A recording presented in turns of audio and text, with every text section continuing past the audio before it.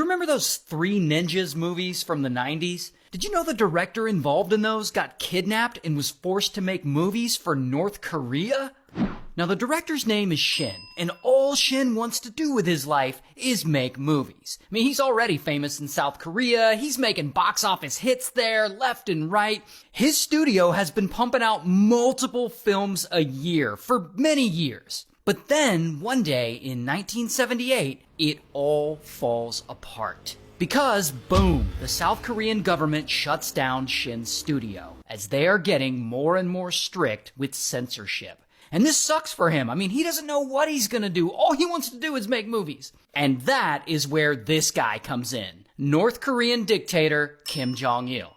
Now, it's 1978, so Kim Jong-il isn't actually a dictator yet. But his dad is. Kim Jong-il is still waiting on his turn to be dictator. But meanwhile, he's obsessed with movies. He's seen them all. Even though North Koreans aren't really allowed to watch international movies, Kim Jong-il gets to. Because, you know, he's the dictator's son.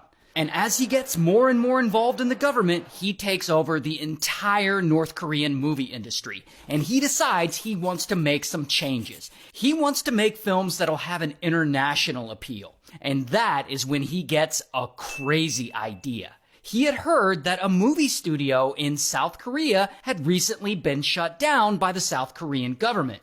Shin Studio. And so he gets this idea to kidnap Shin, drag him to North Korea, and force him to make movies for them. So, how's he gonna do that? Well, first, he needs to kidnap this woman. Her name's Choi. And Choi is a famous actress in South Korea. She also used to be married to Shin. So she is Shin's ex-wife. And Choi and Shin, they used to work on a lot of films together, as he is a director and she's an actress. But since they divorced, I assume that probably fizzled out. So anyway, Kim Jong-il has someone on his team reach out to Choi pretending to be a wealthy businessman who wants to do a film project with her. And so Choi's like, sweet, a film project! And so she travels from South Korea all the way to Hong Kong to this beach where she's supposed to meet with this wealthy businessman. And so she's there, and suddenly, two speedboats start heading toward the shore. And when they get there, boom, they jump out and they grab her, and they sedate her, and they throw her in the boat, and they speed away. A week later, that boat arrives in Pyongyang, North Korea, and Kim Jong-il is there. And he greets her like she is an honored guest, not a kidnapping victim. And he puts her in a luxurious villa that is, of course, guarded 24/7. And he takes her on tours, and this is nice and all, but of course, Choi is freaking out because she still has no idea why these guys kidnapped her. Then, 6 months later, Shin travels from South Korea over to Hong Kong to look for Choi. You know, Choi was his ex-wife, but they were still friends. And so he's out looking for her because, you know, she went missing. And so once he gets to Hong Kong, bam, someone suddenly puts a sack over his head. And now he's been kidnapped too. Now, once Shin arrives in Pyongyang, North Korea, Kim Jong-il is there and he gives him the VIP treatment too, lavish accommodations and tours and whatnot. But Shin, he's a fighter. He's like, fuck all this. And pretty quickly, he tries to escape. And bam, he gets caught. And then he tries again. And bam, he gets caught again. And so eventually, this all gets much worse for him. Because he keeps trying to escape. And so they eventually throw him in prison. And while he's there, they force him to watch North Korean propaganda as they are trying to indoctrinate him. And during this prison time, Shin and Choi, they never hear about each other. They have no idea what's going on. They have no idea the other one is even there in the country. And they still have no idea why they were kidnapped in the first place and brought there. And so 4 years go by, and it's now 1983. And Shin is finally released, as they decided that he is now re-educated enough. And so Kim Jong-il invites him to a dinner party, and he shows up, because, you know, he has to. And there he sees his ex-wife, Choi, who had also been invited to that party. And they're both like, holy shit, have you been here the whole time too? Now, during this party, Kim Jong-il finally explains to them exactly why he brought them here. He tells them that they both work for him now, and that they're gonna make movies for him, and that Shin is gonna direct and produce while Choi will be the star of these movies. And so that's what they do because, they have no other choice. They gotta make these thinly veiled propaganda films for Kim Jong-il.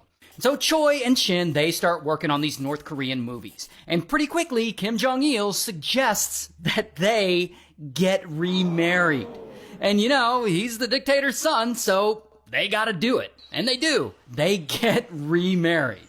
Anyway, so they're making these movies and their studio keeps growing because Kim Jong-il is giving them tons of resources. And soon this studio has over 700 employees. And Shin is directing and Choi is starring in them. And Kim Jong-il names himself executive producer because of course he does. And by 1984, they release their first feature film. Then they release another one. And then they release another one and another one. And then they release a few more. But the most famous movie that they release is called Pulgasari, which is like a kaiju movie. It's kind of a Godzilla ripoff. In fact, it's very much a Godzilla ripoff. I mean, the whole thing is on YouTube if you want to watch it. But, keep in mind that it's North Korean government propaganda. But, you can watch it.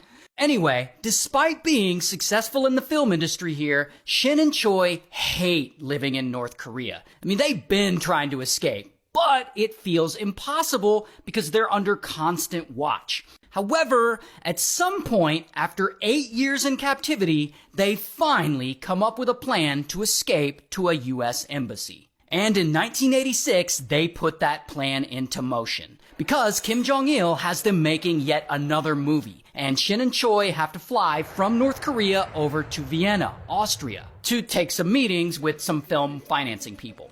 And while they're there, Shin calls up a reporter friend and asks to set up a lunch meeting at a local hotel for he and Choi to get interviewed. During this interview, Shin and Choi find a chance to sneak away from the North Korean goons watching over them. And boom, they rush out of the hotel. And I guess the goons see them and they start running after them. And Shin and Choi, they jump into a taxi. And Shin's like, take us to the US Embassy. While the North Korean goons, they jump into another taxi and they're like, follow that car. And the chase is on. And just when Shin and Choi think that they're getting away, pow, the taxi hits traffic and it stops. And so Shin and Choi, they jump out and they run as fast as they can through the crowded streets in between cars all the way to the U.S. Embassy. Once they're there, they claim political asylum. And so finally, after 8 years, they're safe.